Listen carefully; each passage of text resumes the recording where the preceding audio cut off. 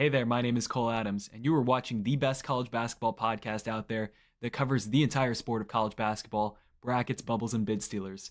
Now, here are your hosts, Sam Fetterman and Jonathan Lidskin. Season 5, episode 74 of Brackets, Bubbles, and Bid Stealers. I am Sam Fetterman. That is Jonathan Lidskin. Jonathan, how are you doing tonight? I'm doing great. Wait, what did I say tonight for? Good morning, Sam.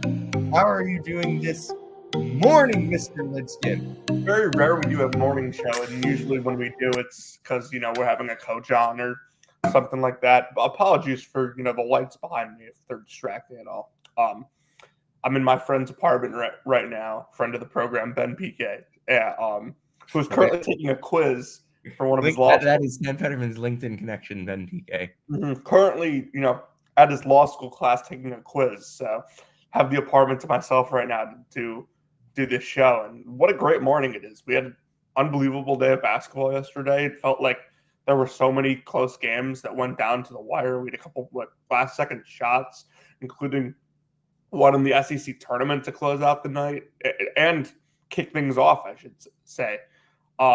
Today's great.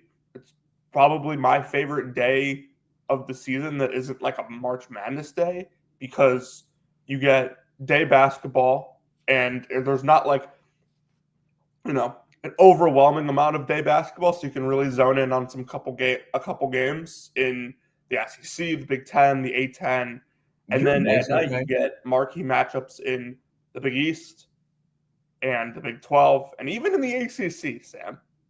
Yeah, I'm excited for Louisville Clemson. Mm-hmm.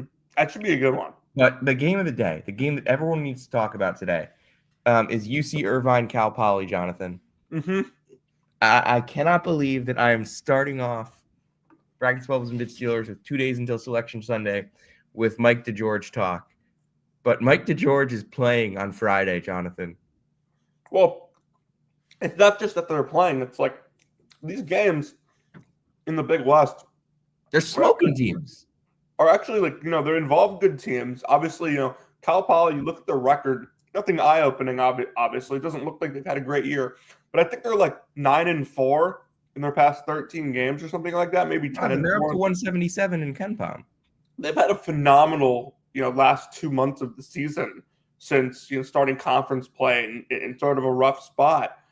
Mike DeGeorge has turned things around. And, the thing about the Big West is, you typically wouldn't, think that these are important tonight outside of, the auto bid. But there's a legit chance that UC San Diego gets an at-large bid in this tournament if they don't win the Big West tournament. And so these games actually have real meaning. I don't think it would be possible if they lost to Cal Poly. Probably not. It would probably need to be Irvine, just based on the resume they have. But you never know where these bid stealers are going to come from. You don't know what UC San Diego is right now to the committee. Last year, nobody thought Virginia was going to get in, and they end up sneaking in and playing in Dayton. So the nature of the committee, is usually more predictable than it was a year ago, which is something that is kind of making things more complicated right now. Anyway, let's move on from talking about Cal Poly as much as I want to talk about Owen Kuntz and Jared Hyder and Mac Riniker and Peter Bondel and Isaac Jessup. Those 5 guys are awesome. Bondel had a big game last night. Jessup's been really good all year. Kuntz has obviously been a superstar, or a very, very, very good player for them. And Riniker is a pest, an absolute pest. But as much as I want to talk about those guys, we do have to talk about some of the high major ball from last night. Jonathan, what was let's kind of go conference by conference. Let's start in the Big Ten, where you're going to be today. Mm-hmm. It's the top 8 teams in the conference that are going to be in the conference quarterfinals. Yeah, the only complaint I have of what I'm going to see today is I would have rather seen Indiana than Oregon. But Oregon's kind of been Imagine, by the way, imagine yourself saying that like 2 months ago. It's not because I think Indiana's good or anything like that, or Oregon, is horrendous. I just think that I just wanted to see Michigan State versus Indiana in Indianapolis. I thought that would have been really fun. But yeah, some stuff about yesterday. I thought the Illinois-Iowa game was pure chaos. You had essentially no defense being played. It was one of the worst defensive games both ways that I had seen all year. Fran gets tossed in his what we presume to be final game in Iowa City, which is just, the perfect fit to end his career there. But I thought, Illinois got hit more threes than they typically do. And I know they've been criticized for taking too many threes, despite the fact that they're not a three-point shooting team. But Ivasic was having some real success on pick and pop. Boswell wasn't afraid to pull the trigger when Iowa was content going under screens and overhelping off of him. I think Illinois-Maryland is probably the game of the day in Indianapolis today. You could certainly make an argument for Michigan-Purdue, but even, UCLA, Wisconsin, Michigan State, Oregon probably have arguments too. Wisconsin yesterday just kind of overwhelmed Northwestern. I thought Northwestern ran out of gas. Just didn't have enough depth to compete there. Oregon, Indiana, Sam, I don't know if you caught it all. I didn't get a chance to. I was in the car driving down here still. But then Purdue, USC. USC surprised me last night a little bit. I thought Purdue with the home crowd there would win comfortably, but USC was hitting some tough shots. It's still apparent that Purdue's defense is far from fixed. But, some timely officiating that people weren't so happy about, and some really good plays from Purdue down the stretch from Braden Smith and Trey Kaufman-Renn. They get it done, move on, and they'll play in front of another huge Purdue crowd tonight. Well, I did catch some of the Oregon-Indiana game. Man, Oregon was so good closing the half. It was 30. It was like 28-26 Indiana. Yeah. And then it was 37. Indiana led 37-29 at one point. It was just a complete game flipper. 13-2 run to end the first half. And it was fast. I looked up and I looked down, and it was 37-29, and Mike Woodson was death staring the camera. Yeah, I think. Correct me if I'm wrong. One of the things that I think could give Michigan State some problems today is Oregon.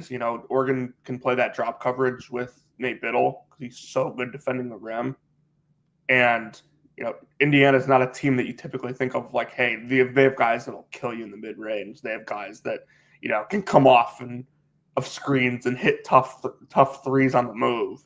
And like Michigan State, I think, obviously not far from the same team as Indiana, but kind of the same way of a team that kind of relies on rim pressure. So how does it work with them getting to the rim against Biddle today? Can Fears and Holloman do work in the mid-range with floaters and stuff like that? Because as you tweeted yesterday, float game beats drop coverage more at 10. 11. You're at 11. More at 11, whatever it was.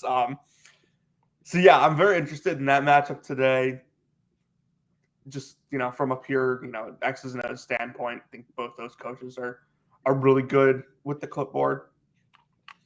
That tweet should have gotten more love. It was a good tweet. I like. It doesn't have a single like. I didn't like it. No. And honestly, like from you doesn't mean anything. You like all my tweets. I like a lot of tweets. I'm very, getting a like. You're not quite at the Troy John levels of tweet liking, though.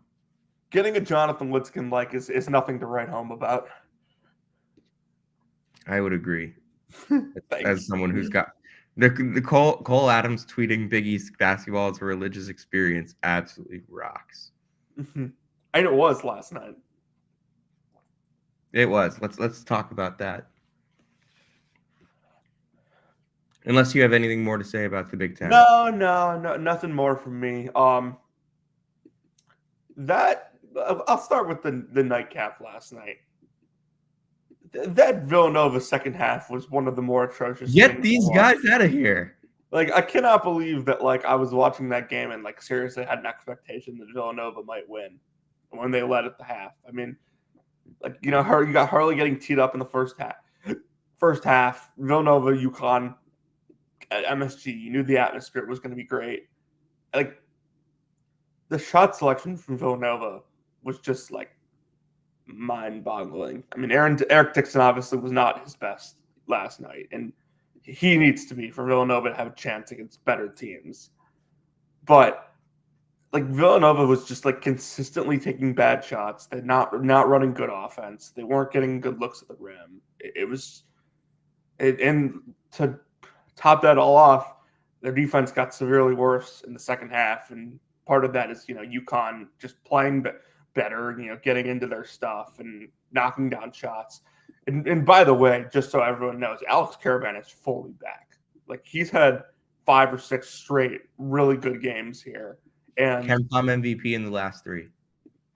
Like, he is going to be the X factor, like, for UConn in the tournament. And imagine saying that 5 or 6 months ago, Jonathan, that Alex Caravan would be UConn's X factor this year. He was thought of to be this like pro prospect, first rounder, and now, like, he gives them another scoring option and another, kind of dimension from UConn because of how good of a floor spacer he is when he's hitting shots. But so he had go ahead. So he had 18, 9, and 6 last night. As the PA announcer is announcing the stats over the PA after the game, someone just yells out, "Fuck you, Hurley Mania." Because Hurley Mania has been shitting on Caravan throughout this entire stretch. And, like,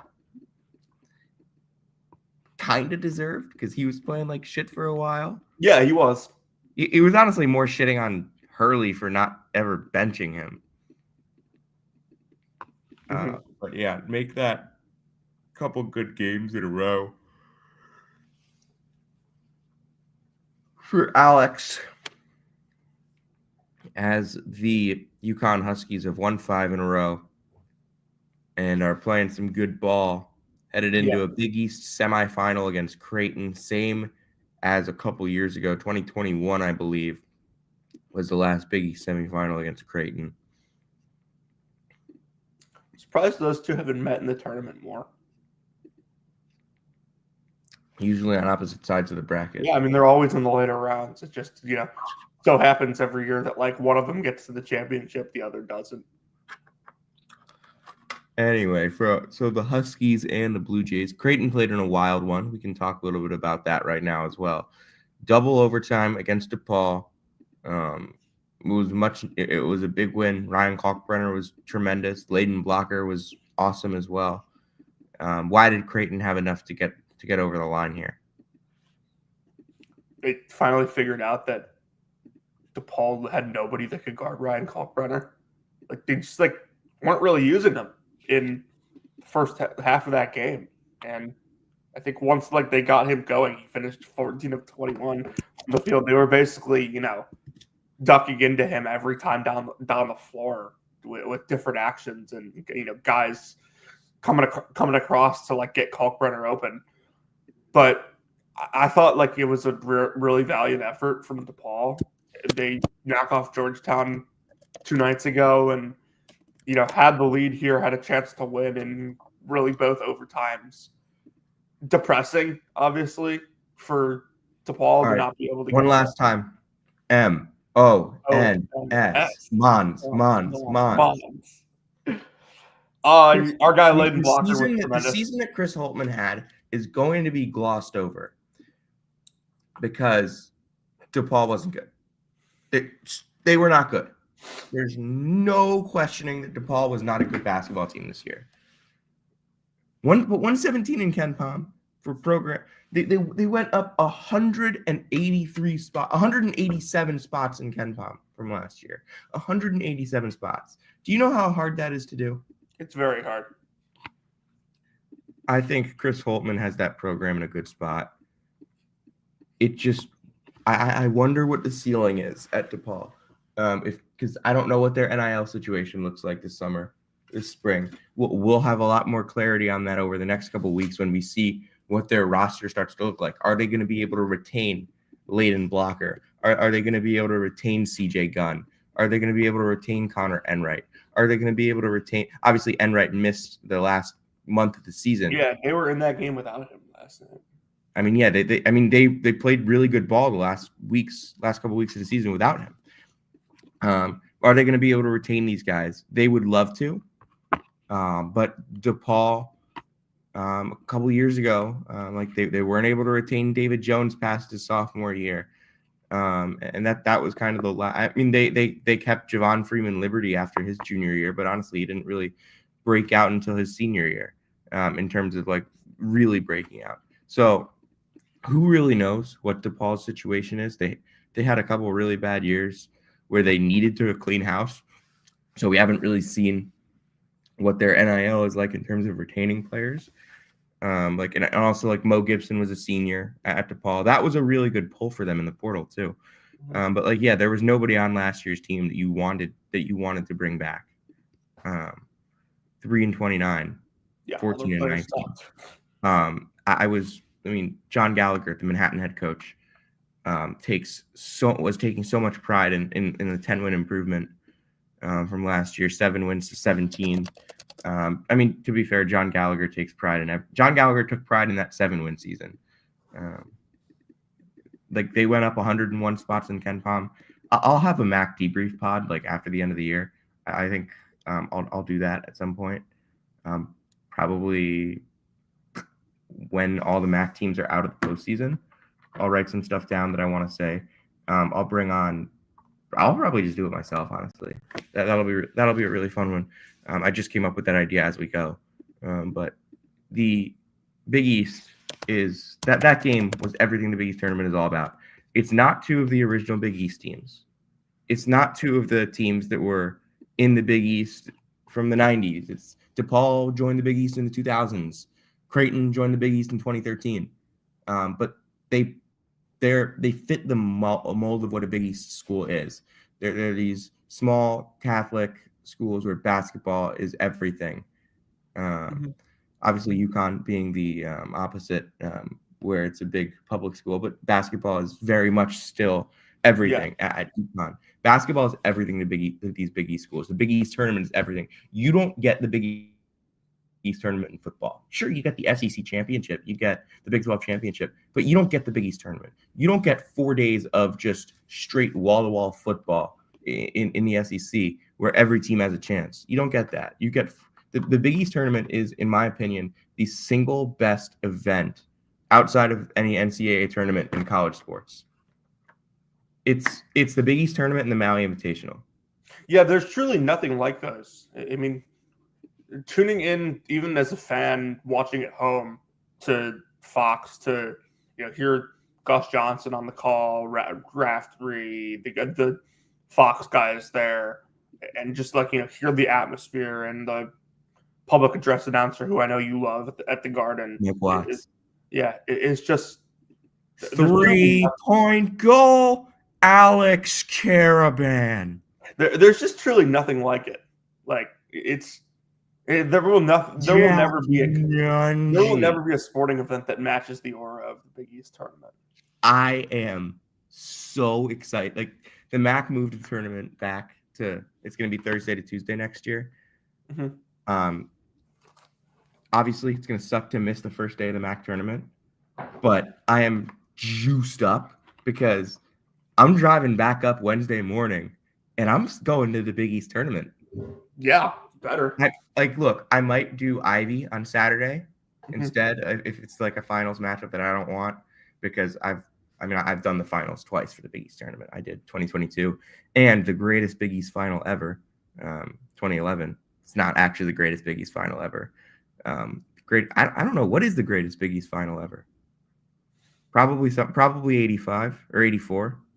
Dude, my memory with conference tournaments is not always the greatest, especially going back. Honestly, neither is mine. But the Big East just has so many iconic games. Obviously, 2011 was the UConn Louisville game. Yeah. 96 or 94, the year Ray Allen hit the shot, was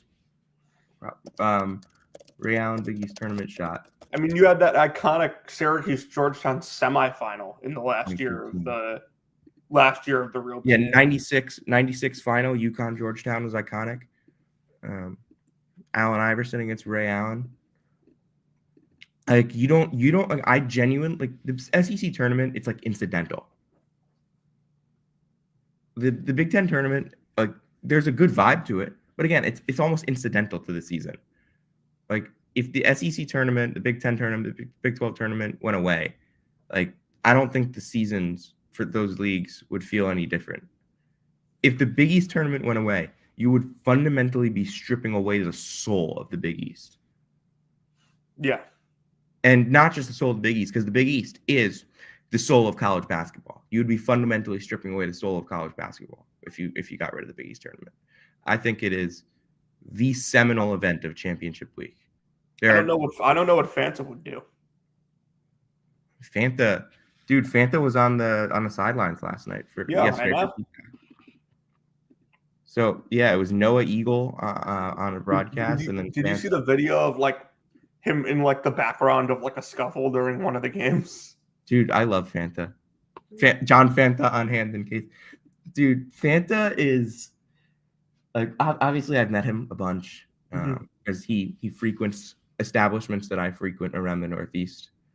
Establishments being college basketball venues, not bars, not Tony Patelis establishments. But Fanta, every interaction I've had with him, he's genuine, he's kind, and he just loves ball. I've been really wanting to get him on the pod at some point. I feel like that's more of an off-season thing, though. Yeah, and he's really kicked it up a notch with the spaces this year. He's been doing these, Jonathan. No, I know, but he's kicked it up a notch in the spaces. No, I've been telling you, it's been this good. It's been this good. Has it? Yeah. I will never, ever, ever forget spaces after the 2022 UConn Villanova game. Never forget it. The one where UConn won at XL Center on the RJ Cole and the Colin Gillespie charge that probably wasn't a charge. I can admit that. Now that UConn's won 2 national championships, I can probably admit that probably wasn't a charge. Fair. But the Big East and then St. John's, what St. John's did yesterday was super impressive. And then what Marquette did. Marquette has kind of been walking dead recently. Got blown out at Villanova, lost at UConn, lost at home against St. John's on a buzzer beater, picked up a huge win against Xavier, and now it's going to be a really, really tough 3 days. Really tough couple nights of sleep. I'm not sure how much sleep Sean Miller got last night, Jonathan. Yeah, I mean, they are like the bubbliest of bubble teams right now. Man, they are really mad. But they did pick up a second quad one victory this morning. Yes, UConn moving into the top 30. But I just want to pull some stuff up. North Carolina, 48th in KPI, 37th in strength of record, 42nd in wins above bubble. Xavier, 60th in KPI, 43rd in strength of record, 48th in wins above bubble. That's North Carolina ahead in every resume metric. North Carolina is higher in KenPom. They're higher in the BPI. They're higher in Torvik. The only thing right now that Xavier has over North Carolina, there's 2 things. 1 quad 1 win. Xavier's 2. They don't have a quad 3 loss. And they don't have a quad 3 loss. And I'm going to be honest with you, that's not great. No, I think, they're huge Duke fans today. And I think Indiana is as well. As well as, they have to root for UC San Diego, VCU, Memphis. Teams that if they win their conference tournament, we will not be getting a bid stealer out of those leagues without a doubt. So obviously for Memphis, it's more certain than the other 2 leagues. But honestly, I feel like there's a good chance that we get a bid steal in that league. I don't know if Memphis is going to be able to win. No, I mean that's going to be a tough run for them. I think there's a decent chance that VCU, if they play a little deeper into this tournament, we get a bid steal in the A10 for this for. But legitimately, Jonathan, today's conference tournament slate: ACC, Duke, Carolina, Louisville, Clemson. A10, chalk. Big East, the four teams that at the beginning of the year and throughout the year everyone thought was the best until very recently when Xavier kind of eclipsed Marquette in the standings. Big 10, chalk. Big 12, chalk. Big West. Why am I even mentioning that? Come on. Mountain West. Obviously, Boise beat San Diego State, but 1 seed, 2 seed, 3 seed. SEC.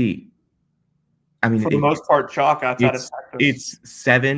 It's seven teams that are awesome, that are going to be like top 6 seeds, and then a team that is really probably played its way into the NCAA tournament with that win yesterday.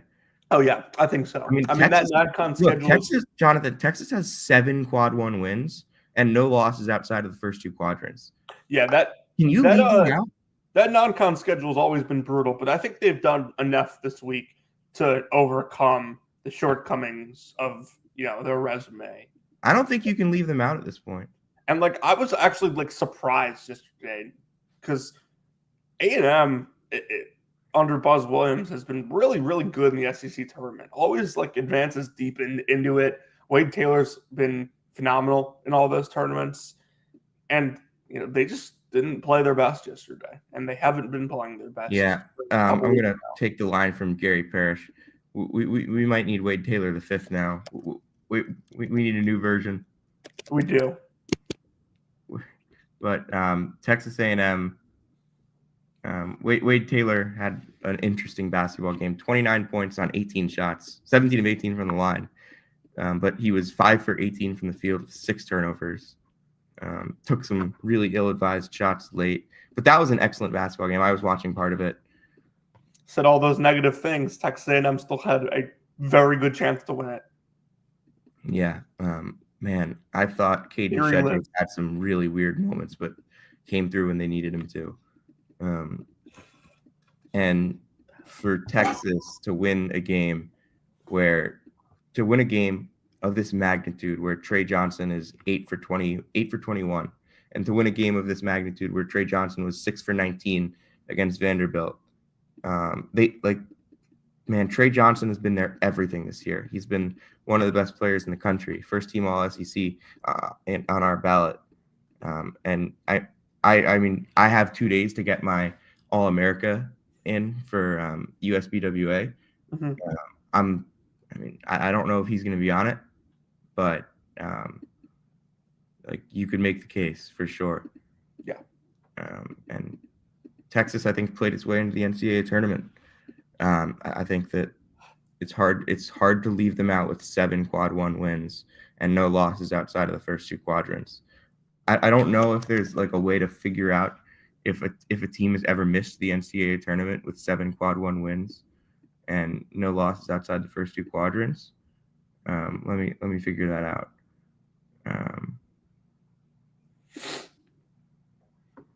Well, let's see. Last year, that's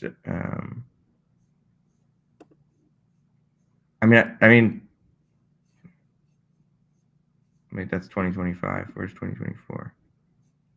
2-1. Nope, that just shows. No, give me 2024.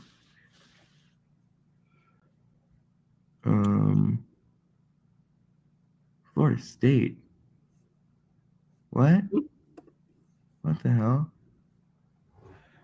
We might just move on.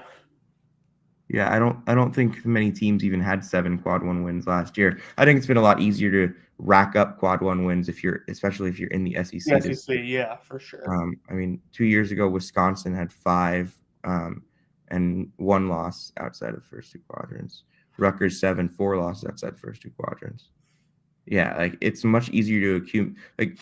There's more teams than ever, I believe, that have a lot of quad 1s because of the strength of the SEC and the strength of the Big Ten. I also just want to. I don't know if there's a record for this, But Michigan State has won 1, 2, 3, 4, 5, 6, 7 games in a row, and all 7 of them are quad one.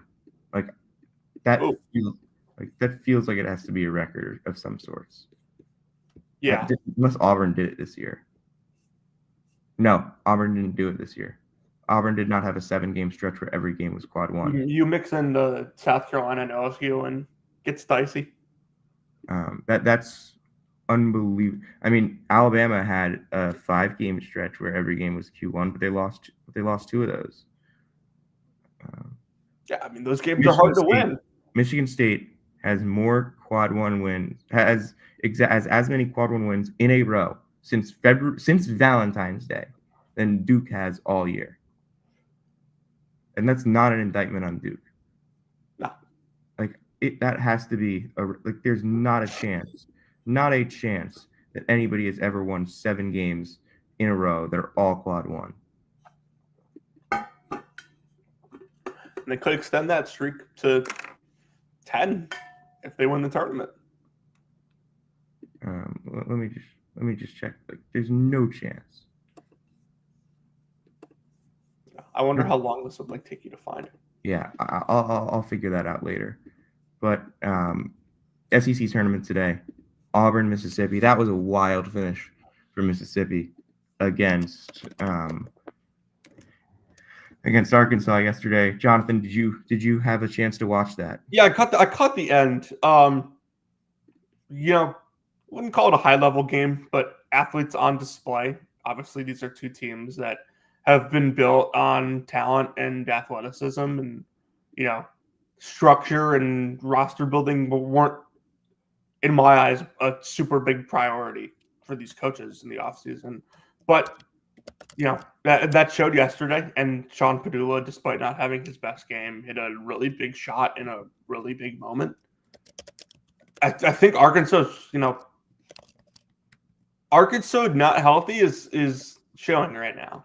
They ran out of gas in certain moments yesterday. They ran out of gas against South Carolina and nearly lost that one.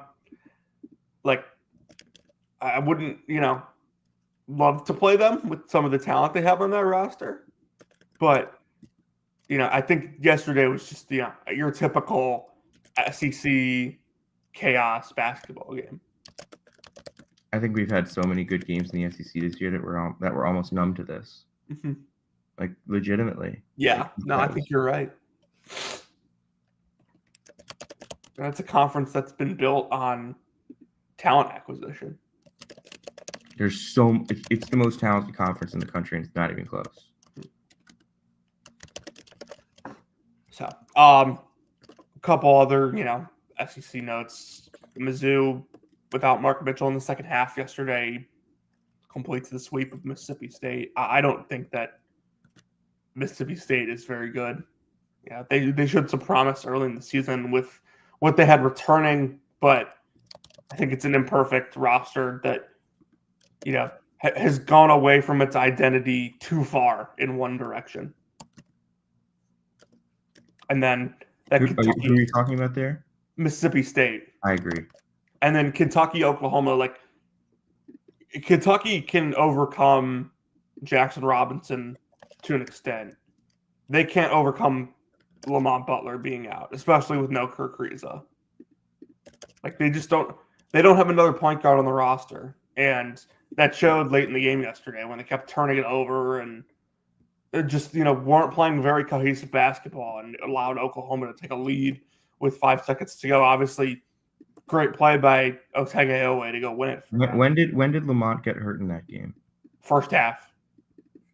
How did it look? I wasn't able to watch, obviously. I didn't catch the injury. I saw the video of them taking him into the tunnel. I didn't see a report on it.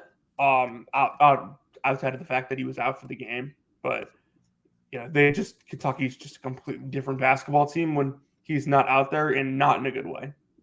Yeah.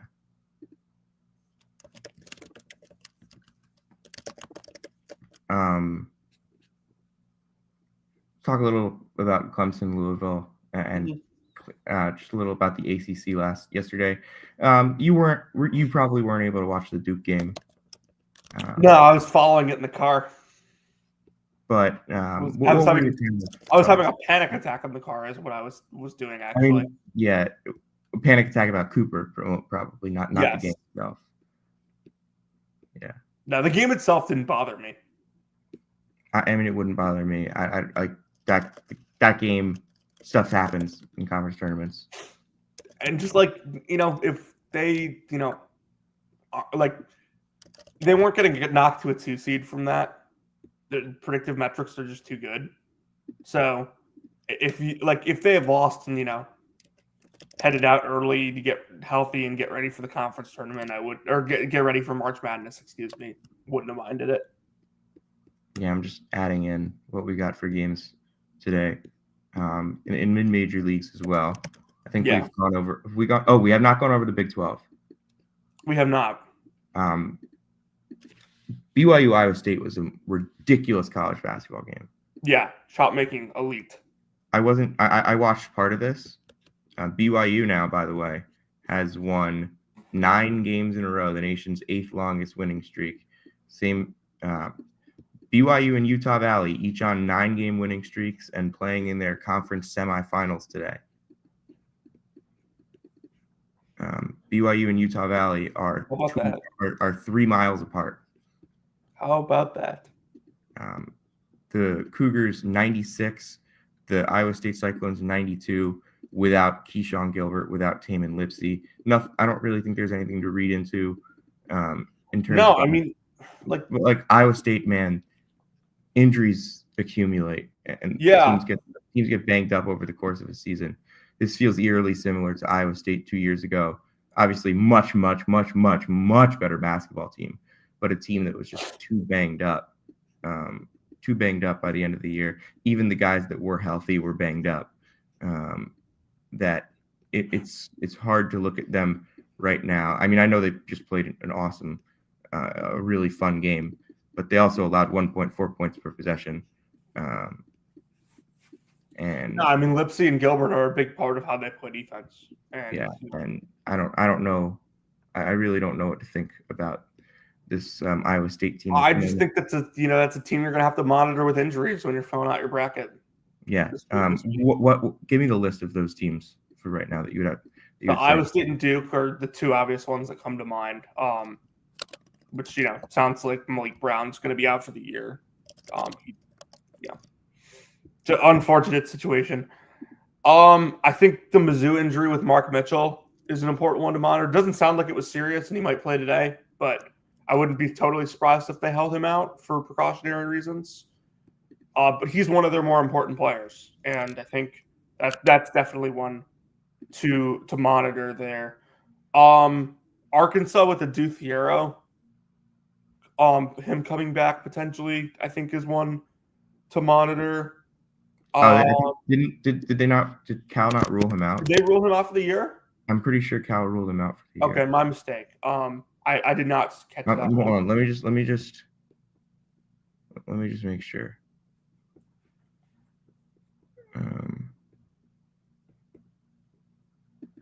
Duthiero.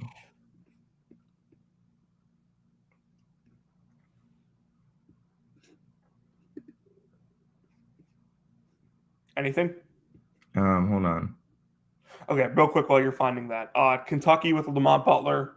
Okay. He says not in this tournament, so not in the SEC tournament, but maybe in the NCAA tournament. So the Duthiero is not out for the season. Okay, well, they're done in the SEC tournament, so we don't have to worry about that now. And then I said Kentucky with Lamont Butler. Texas Tech has had their guards banged up for a lot of the season. I don't think Chance McMillan played yesterday. Darian Williams kind of got banged up a little bit during that game. Or no, McMillan did play yesterday. He didn't play a lot, but he did play. Any of the other of those SEC or Big Ten teams that didn't play yesterday that I'm blanking on right now? Trying to think. No mid majors that come to mind.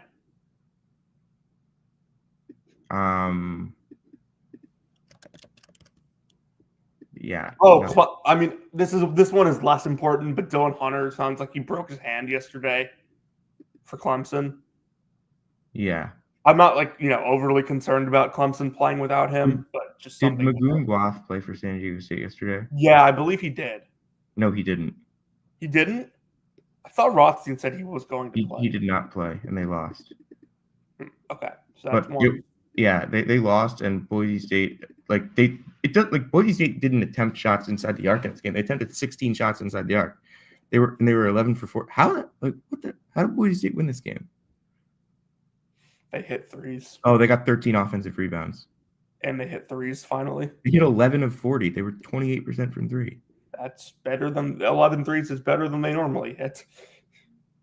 Yeah, I mean, they're not like they shot 40. Yeah. Shot variance rules the day. Forever. But this should be an electric day of semifinals in the Mountain West.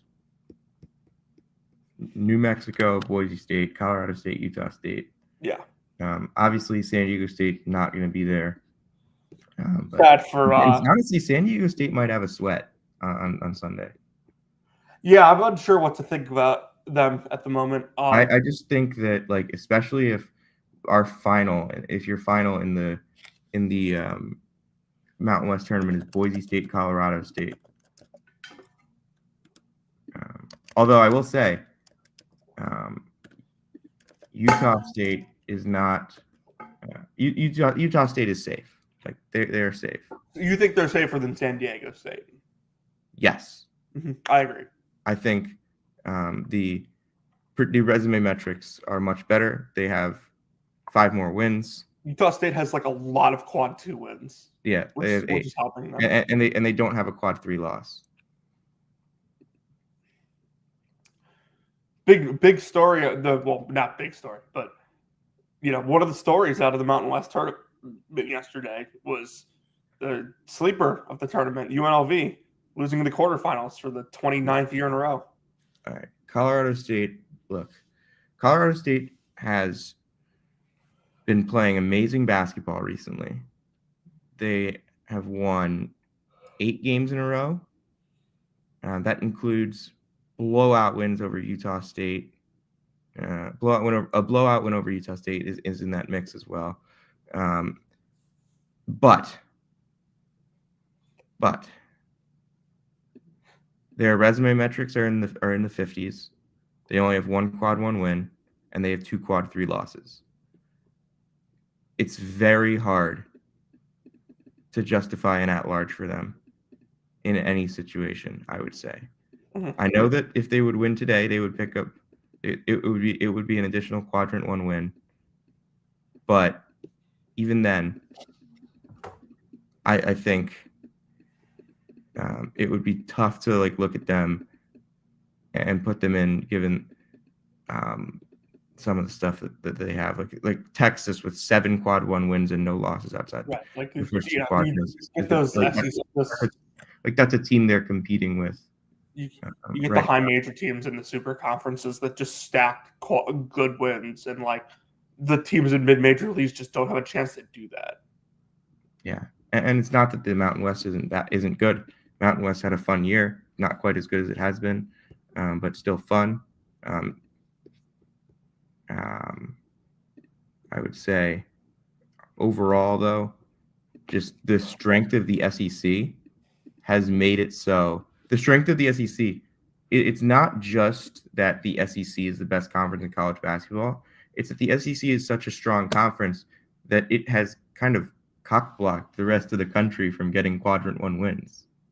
Yeah, so many of those teams taking up the quad 1 opportunities. Because so many of the teams that are in the quadrant 1 mix are in the SEC, or then the SEC. I think it's SEC. Big 10 obviously has a bunch. Big 12 obviously has a bunch. But the ACC has 3 teams in the top 30, and they went a combined and against teams that aren't those teams, they lost a combined 1 game in conference play. No, wait. Did Clemson beat both Louisville and No, they Georgia? they lost to Louisville. Georgia Tech beat Louisville and Clemson. So, there's two wins outside of. By the way, I know this is like really random for this time of year, but like if Georgia Tech isn't good next year, like it's a disappointment. I mean, we said that last year, honestly. Yeah, but dude, I mean, and Dongo and George probably both should be back. So, yeah. Georgia Tech's obviously Georgia Tech's nowhere near the tournament. They're not good. No, but they have played with a higher upside than most of those like ACC teams. But beating good. Louisville and Clemson back to back that is the NJIT beats UMass Lowell and Vermont back to back of this season. Mm. But back to the Mountain West, Colorado State getting that win against Nevada yesterday was huge. Like, Colorado State's the only team that I really believe in this conference. Nick Clifford is unbelievable. I think that like one of the things that you realize watching the Mountain West in the tournament the past couple of years is, most of these teams that are not San Diego State, they lack talent in certain departments. I don't think New Mexico lacks talent. They don't have the quality of player. New Mexico obviously has a guard that is really good. They have arguably. Jonathan, New Mexico has arguably the best point guard west of the Mississippi. They have a guy that can play with anyone in Donovan Dent. But Colorado State legit has an NBA. Absurd. Like, he was absurd yesterday, and it was like his third best game of the last 3 weeks. Yeah. Colorado State legit has an NBA wing. Yeah. Nick Clifford's ridiculous. Mm-hmm. The Mountain West has some really, really talented players in it. Between those two, obviously not the top two players in the Mountain West are unbelievable in right. Clifford and Dent, and there's still a lot of talent outside of those guys. Ian Martinez had a tremendous year. I think Mason Foslev is excellent. Boise has obviously Tyson Dagenhart, Alvaro Cardenas, Omar Stanley. We know how good San Diego State can be with Miles Bird and how good just he is on both ends. But the top two guys in the Mountain West are just better than everyone else in that league. Utah State is probably the one that I believe in the least. Utah State, yeah, I don't believe in them. They're just right there's nothing that pops about them to me. And that's not to say they're not, they don't have good players. They're not a good team, but okay, Jonathan, just an update here. UC San Diego is down to 39th in KenPom. Okay. Just looking at that right now. All right, you want to talk about some mid-major conference tournaments? Yeah, let's do it. CUSA, Kennesaw Liberty at 12:30, Middle Tennessee Jacksonville State at 3.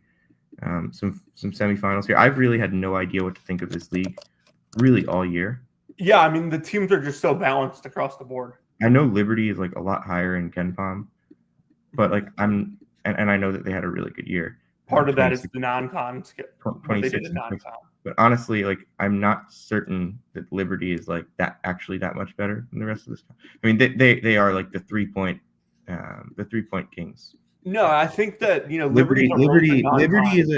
Liberty is a team that has a really interesting upset resume.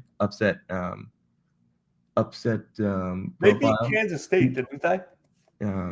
Yes, they did. And McNeese. They beat McNeese too. Okay. They're a team that has a really interesting upset profile because they play relatively slow. They shoot a lot of threes. They don't let you shoot a lot of threes. They make a lot of threes, and they don't let you make a lot of threes. Yeah. Now, obviously, 3-point defense and 3-point shooting is very variance-based. But over the course of an entire season, usually there's a little bit of balance there. And if you're doing this well, you're probably doing something right.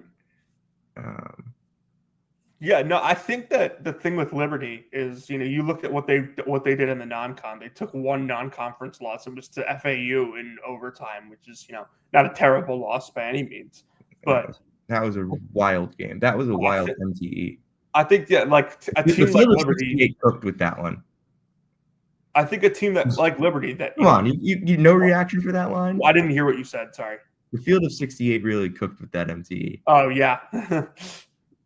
I think a team like Liberty that, like you said, slow, 3-point heavy. That's a team that's tough to scout. And when you're in conference play, you obviously the teams you're playing way better than you do in non-con. So I think that's where like it kind of relates back to hey, maybe Oregon or whoever Liberty could draw in the first round. They haven't seen a team like Liberty all year. I think that's what makes them so intriguing. If they get out of this conference tournament, far from a guarantee, the 3 teams remaining besides them are all solid teams. And we've said the CUSA is extremely balanced all year. That MTSU game last night was wild, by the way. Hold on, I'm responding to a DM. No, you're good. So, yeah, we got MTSU versus who is MTSU? Jacksonville State today, who's been the auto bid in bracketology for much of this year. I haven't, entirely been sold on them, but Jaron Pierre can flat out play. I'll tell you that. And then MTSU has Sam Mustafa, who has really impressed Sam and I this year at times. I think any of these 4 teams left have a solid chance. I know that spread in that Liberty-Kennesaw game is a little bigger, but I think Kennesaw has some good, real kids that can play. And watch out for that freshman Adrian Woolley. Yeah, and Simeon Cottle's really good too. Yeah.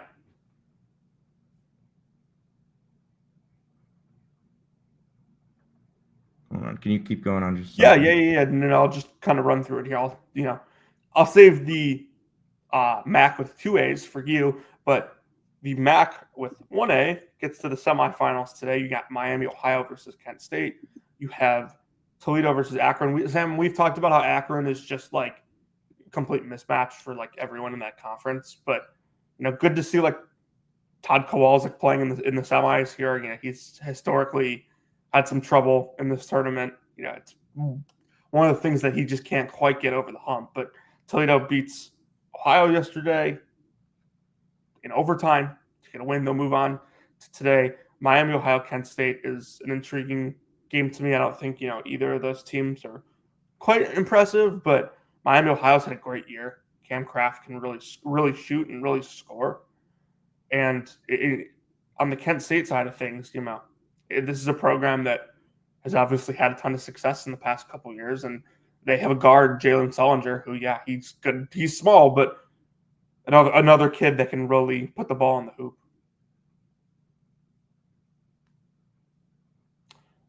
Let's go. What else today we got? Sam, hopefully you can join me on this one. A10 quarters today. Quite an intriguing slate of games. VCU Bonaventure, St. Louis Loyola is your 4-5 game. GW tried as hard as they possibly could to let Fordham back in that game yesterday and nearly lost it. But they survive, and they'll get George Mason today. So we got the Georges squaring off. And then your nightcap in that is, in my opinion, the most intriguing mid-major game, maybe of the entire day, including the Mountain West games, honestly. St. Joe's and Dayton. Dayton's had some bubble talk the last couple weeks. I don't really buy that, but I think they'll need the auto bid. But St. Joe's, talent is not a shortage for them. They have tons of it, especially with their guard play. And Dayton obviously had a phenomenal non-con. But again, a team that once they got to conference play, teams probably had them scouted a little better, didn't play quite as well. Dayton did that in conference play last year as well, but they built themselves enough of a cushion to quite easily get into the NCAA tournament. Regardless, they don't have that this year. They'll need to beat St. Joe's today. This is a super intriguing game to me. Tons of, some of the best talent in the league, I think, playing in this game today. Yeah. What were you talking about there? The A10, specifically Dayton St. Joe's. Yeah, that should be a fun one. MEAC, just to mention, Maryland Eastern Shore's season ended on Wednesday. Oh, no. Unless they accept an invite that they will probably not get to the CIT. Dude, just throw a tournament for teams 350 and below that I'm unaware of? They're 358, so they actually moved up a few spots since we last talked. Bravo. Good work by Cleo Hill to get them from 362 to 358. Dude. Okay. Anyway, Norfolk against Morgan State today. NC Central against South Carolina State. South Carolina State's been playing really good ball, but they just escaped Coppin, and that's not a team you want to just be escaping. Yeah, that team is bad. Sam, both our SWAC champions are out. The SWAC got me a mega banger on Twitter. Did they? Yeah, I tweeted the video of the end of regulation in Southern. Oh yeah, that was something else. Yeah. Anyway, yeah. So the SWAC has been wild, as it always is. Grambling, Alabama State, Jackson State, Bethune.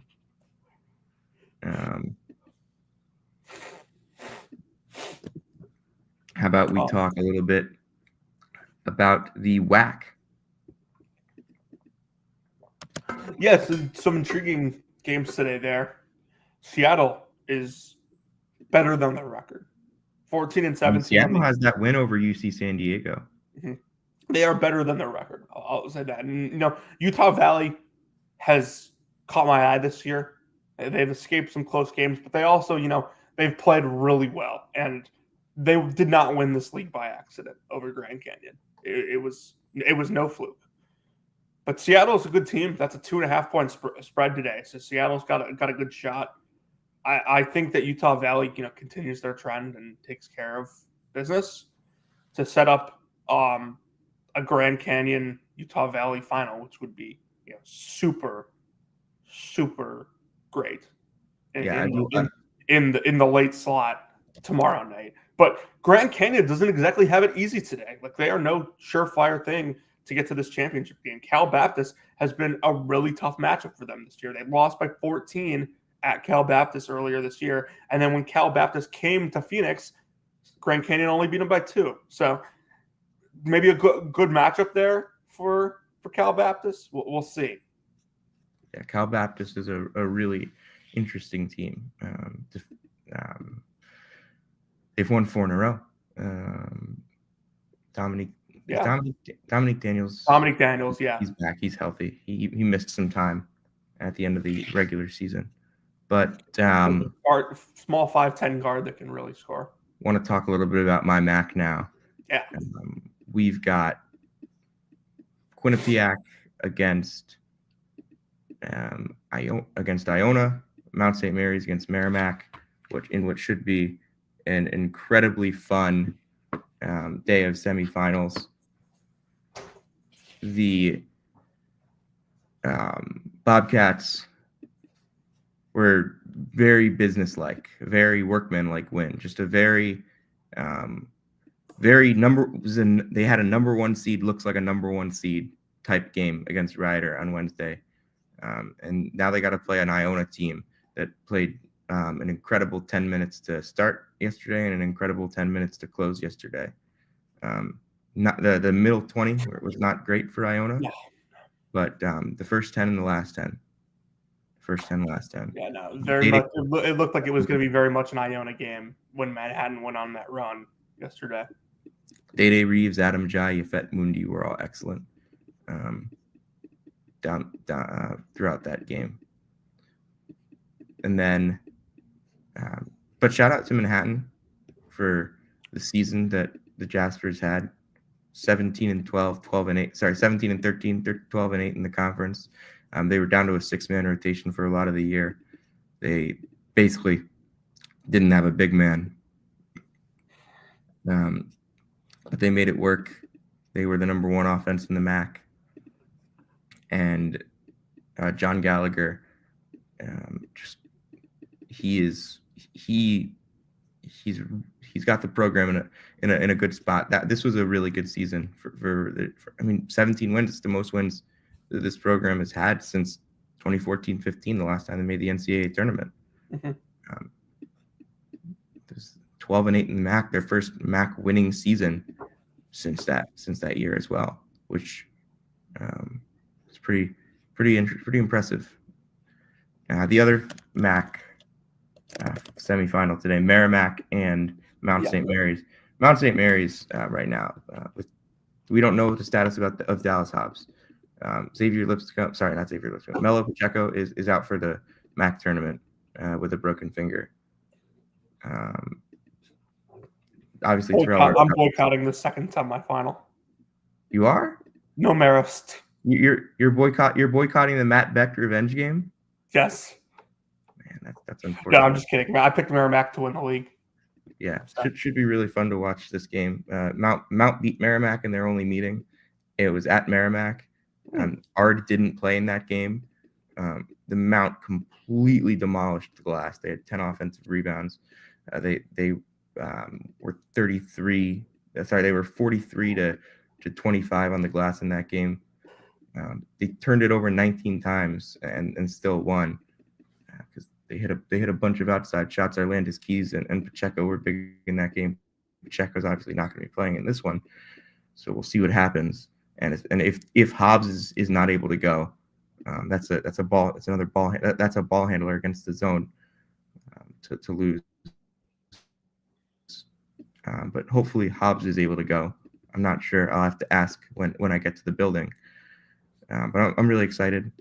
Merrimack didn't play particularly well for most of the game against Sacred Heart. You talked to me about how Sacred Heart was a tough matchup for them, though. Yeah, Sacred Heart. The 3 games that Merrimack played against Sacred Heart: 66-65 Merrimack, 60-59 Sacred Heart, 66-62 Merrimack in overtime. But Merrimack was really impressive what they did with their guys in overtime, with all of them with 4 fouls in the last 4 minutes of overtime, and they didn't commit a single one, and they didn't allow a field goal against the second best offense in the conference, if you consider Manhattan the best. Those two were clearly the top 2 offenses in the conference this year. But what other leagues are there to go over that we didn't? I mean, the American. Yes, the American. What matchup intrigues you the most in this conference today? Honestly, it's not really today's matchups that intrigue me. I don't. If I had to pick one, can I be honest? Memphis, Wichita State.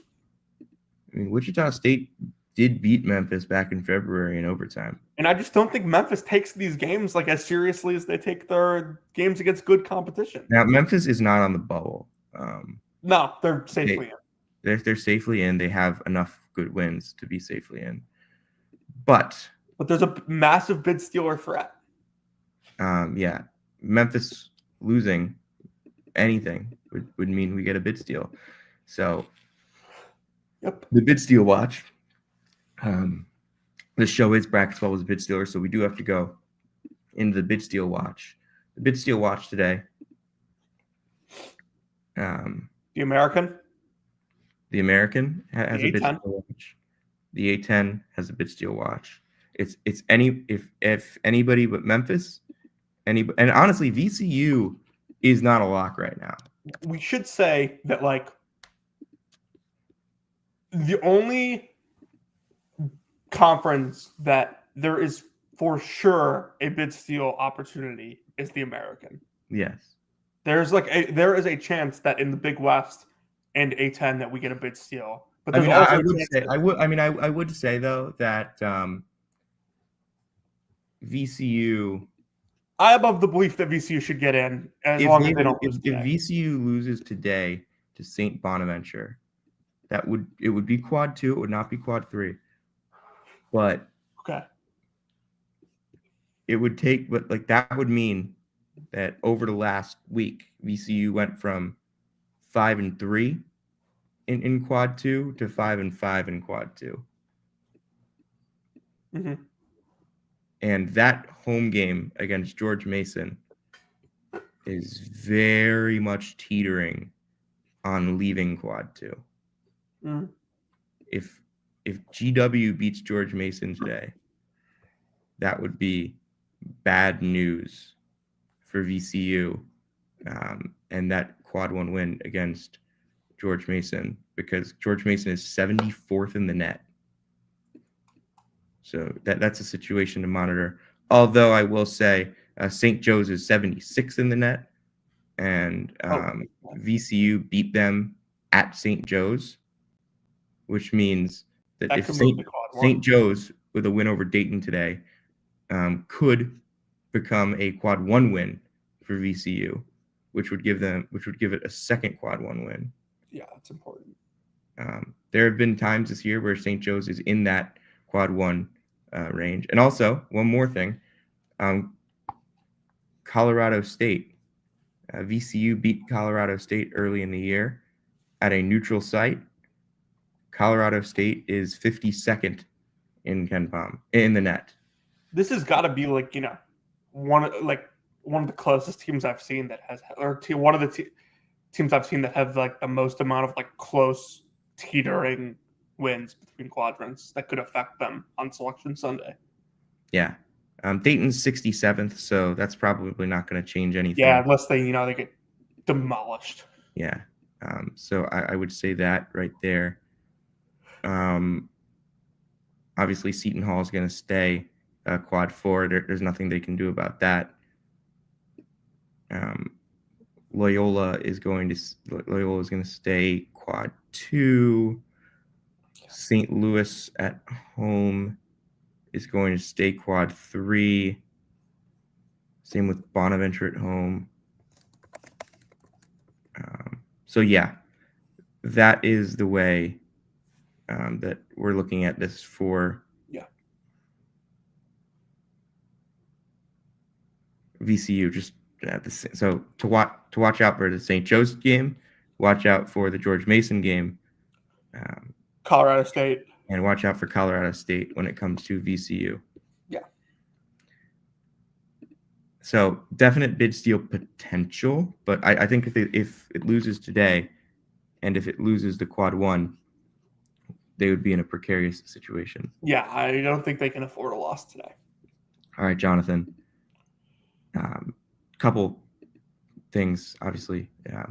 The conference finals that are tomorrow, that are from leagues that didn't play yesterday and that stuff. America East. I think, is it just America East?